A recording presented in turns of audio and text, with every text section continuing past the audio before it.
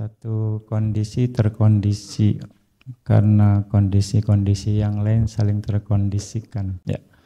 Jadi usaha kita saat sekarang ini adalah kondisi sekarang, karma di masa lampau itu adalah kondisi dari masa lampau. Jadi terjadinya saat ini bukan karena karma juga. Kondisi karma lampaunya ada, tapi usaha saat sekarang pun ada. Jadi minimal ada dua faktor yang awalnya atau sebab terdekatnya mengkondisikan. Nah, kita nggak bisa juga bilang apa-apa selalu karma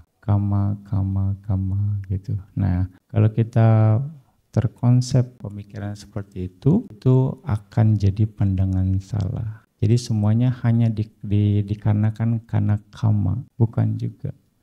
Karena bisa saja misalnya kondisi buruk terjadi diawali oleh kelalaian kita. Kondisi buruk terjadi karena kecerobohan kita. Kondisi buruk terjadi karena ketidaktahuan kita. Akhirnya mengkondisikan karma buruk berbuah atau kondisi tidak menyenangkan berbuah. Begitupun juga karma baik. Potensi karma baiknya ada, tapi kalau usahanya nggak ada, nggak akan terjadi. Ya.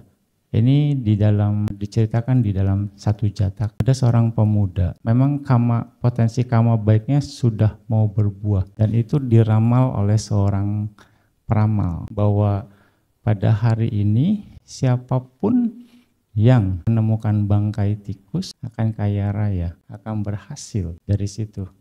Pemuda ini mendengar, kok bisa jadi ketemu bangkai tikus, kok jadi kaya raya, bingung kan, sesuatu yang menjijikan gitu kan.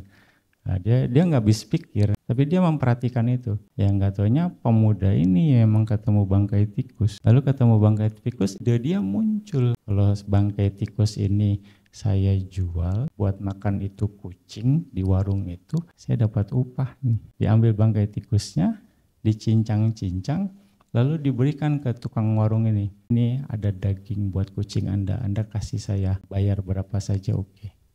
Dapat uang dari jual bangkai tikus. Pemiliknya mau, ya. Lalu dia dapat uangnya kecil karena jual bangkai, ya. Akhirnya dia pikir lagi, ada pedagang dari luar daerah datang haus. Kalau gitu saya sediain teh aja, air teh, ya.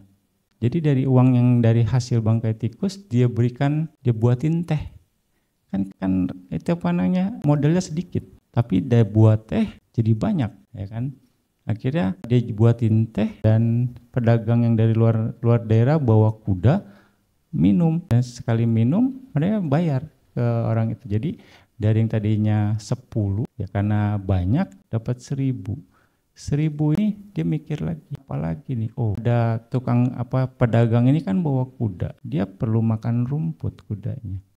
Nextnya saya beli rumput, udah kasih teh beli rumput, dia beli rumput kan modalnya banyak. Nah dari jual teh itu dia beli rumput, terus seperti itu. Akhirnya pemuda ini jadi maklar kuda dari pedagang kuda yang datang ke dia setiap kali ke sana gitu. Akhirnya dia bisa berbisnis sampai 1 kapal. Iya.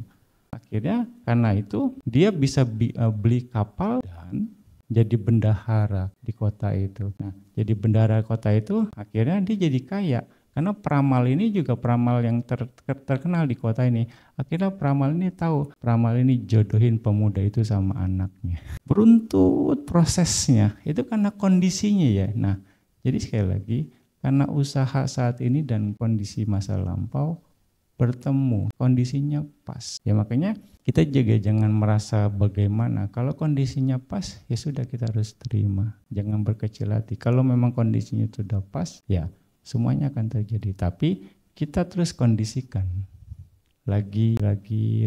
Kita nggak tahu kondisi mana yang pas untuk saat ini. Ya siapa sangka dari bangkai tikus bisa jadi orang terkaya di kota itu hanya dari bangkai tikus. Itu kan dari usaha. Usaha kita nggak ngerti bagaimana pikirnya itu barang rongsok, tapi itu jadi pembuka jalan. Ya makanya kita tidak jangan lewatkan peluang, karena kesempatan tidak datang 2 kali, sekali lagi. Makanya manfaatkan peluang apapun itu, yang penting kita berusaha yang terbaik. Kira-kira seperti itu ya. Nah ini Makanya kalau satu kondisi akan terkondisikan ketika kondisi-kondisi yang lain saling mengkondisikan, dan satu kondisi juga mengkondisikan kondisi-kondisi yang lain untuk terkondisi. Ya.